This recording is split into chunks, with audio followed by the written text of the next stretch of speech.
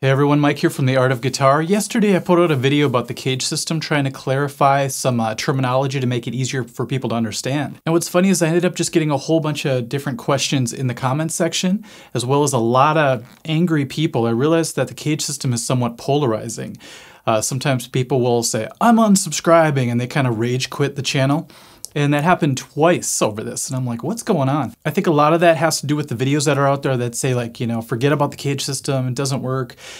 And I decided to put out this video instead, this time not wearing my blue contacts. That seems to freak people out, which I like doing sometimes. And I wanted to basically debunk 7 myths or misconceptions about the CAGED system. I decided to just put the two words together and call it a myth conception, even though I feel like Mike Tyson when I say that. So let's just get right into it. One of the biggest things people say why they give up on the CAGED system is because they can't play all the bar chord shapes that are involved in it. Here's why that's a myth. You don't necessarily have to be able to play the full bar chord shapes. Let's take this third form, for example. This is going to be very hard for someone who just started out. Even someone who's been playing a while is going to have trouble with this shape. The third form, or the G shape, is a huge stretch, and it just seems to be really tough on the hand to hold it down. The good news is you don't have to physically play that in order to get the benefits from knowing the shape.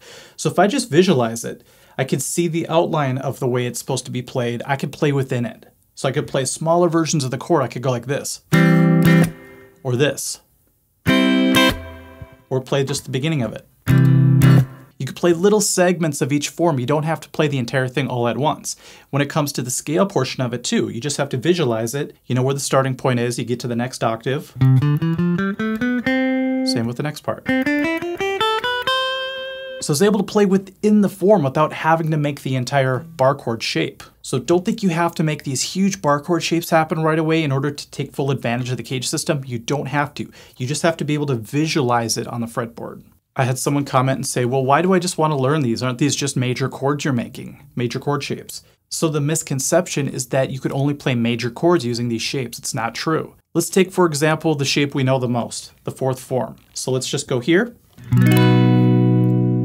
If you know anything about bar chords, it's very simple to convert that to a minor chord. We just lift up our middle finger. Now we're in the minor world using that exact same form. Same thing goes with you if you go to the second form, the A shape, and you want to convert that to a minor. A lot of you guys have done that. So that's how simple it is to suddenly get in the minor world with this concept. What about something weird like the first form? Okay. That'd be an F chord right there using the first form. You could convert this to a minor as well. It's a little bit strange because you have to go like this, but you're still making a minor version of the chord in that form. I had somebody ask, well, what about 7 chords? Well, I could take this first form, do a little bit of a change, and all of a sudden I have what I call the Beatles 7 chord right there, that shape. Major 7, the list keeps going on and on. So you can see the CAGED system can expand all the different chords that you're going to need. One of the biggest misconceptions or myths is that you can only play chords using the CAGED system. And I kind of disproved that earlier, but let's just go back to the first form here. I'll just do this at the 8th fret, so this will be F major using the first form. Now that's great. People go, okay, I can play that, big deal. But then the next question is always, what about scales? What if you want to improvise over the top of that? This is one of the best parts of the CAGED system, actually. If you look at this shape, it's an F major chord, okay? So the F note is here, the root note, but it's also here. What I just did was I gave you a starting and an end point within the form to play a scale. So if I wanted to play a major scale, I could just go. See how I just went from one root note to the next? It was that simple to play the scale. Backwards. What about major pentatonic? Hopefully a light bulb went off in your head that you could play any scale you want because you have the starting point and the ending point as far as the octaves go. Let's do a minor scale. Minor pentatonic. Let's try a mode, Dorian. See, as long as you have a starting point and an ending point, you're going to be able to play what you want. Somebody said, well, I can't play any songs with CAGED. Why would I want to learn it? Well, that's kind of weird to say that because, as I proved earlier, if you know these 2 main bar chord shapes, which a lot of people do, we have the 4th form and the 2nd form. You could already play thousands of songs if you just know those 2, and that's just 2 out of the 5. Remember what I said earlier about you don't always have to play all those shapes? They're just going to be there for you if you do need them. So let's say you're playing Under the Bridge, and the first chord is going to be the first form shape here, key of D. Then you do a walk down into the 4th form. See, I'm already using the CAGED system concepts to play Under the Bridge. Some people think that the CAGED system keeps you from learning the fretboard, and that's not true at all. At first, you might use it as a tool to just be able to start to play, and you don't really see everything you're doing. But just in the examples I was doing earlier, I was saying like, okay, F to F. In order for the CAGED system to be effective, you have to know where your starting point is. So let's say we needed to play a C major chord.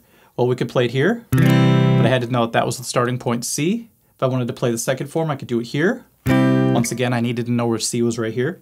3rd form, I could play it here. Had to know that this was a C in order for that to be accomplished. Using the 4th form, once again here. And then the 5th form, I have to know that C is here. If I want to go back to the 1st form, I go here. So as I was changing forms, I had to know where the starting point was, and I had to know where the C note was. Eventually, you play the scales within it, and you start to name the actual notes you're playing. And then things really open up. Wasn't that cool though? I was able to play the C major chord using 5 different forms in order. Did you see how they were just all connected together? So we had the 1st form, 2nd form, 3rd form, 4th form, 5th form, and then I had the octave right here, back to the 1st form. So we went 1, 2, 3, 4, 5, back to 1, and it just keeps repeating like that. We go through all that in detail on the website when I teach CAGED system in its own section, so go there if you want more information on that. So I had somebody say, why not just learn your scales? Why do you have to do this whole CAGED system thing? Well, to a lot of people, they go hand in hand. I could say, let's play G major, G, A, B, C, D, E, F sharp, and G. Great. So what do? First thing a lot of people try to do is they try to play it across one string, which is a great idea. But eventually you'll find yourself maybe here.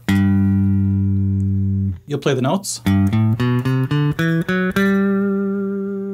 Maybe play the octave. And you've learned the scale. That's great. But if you look at it through the lens of CAGED, you'll also see this bar chord shape inside of it. So I'd be like, okay, here's an octave point, here's an octave point, and here's an octave point.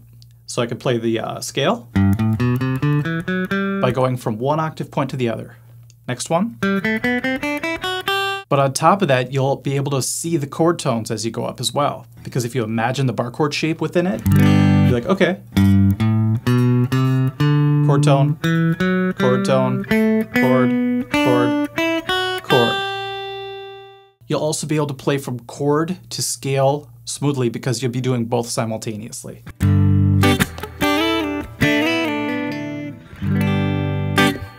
So of course, learning your scales is super important. This gives you a scaffolding though in which to learn your scales.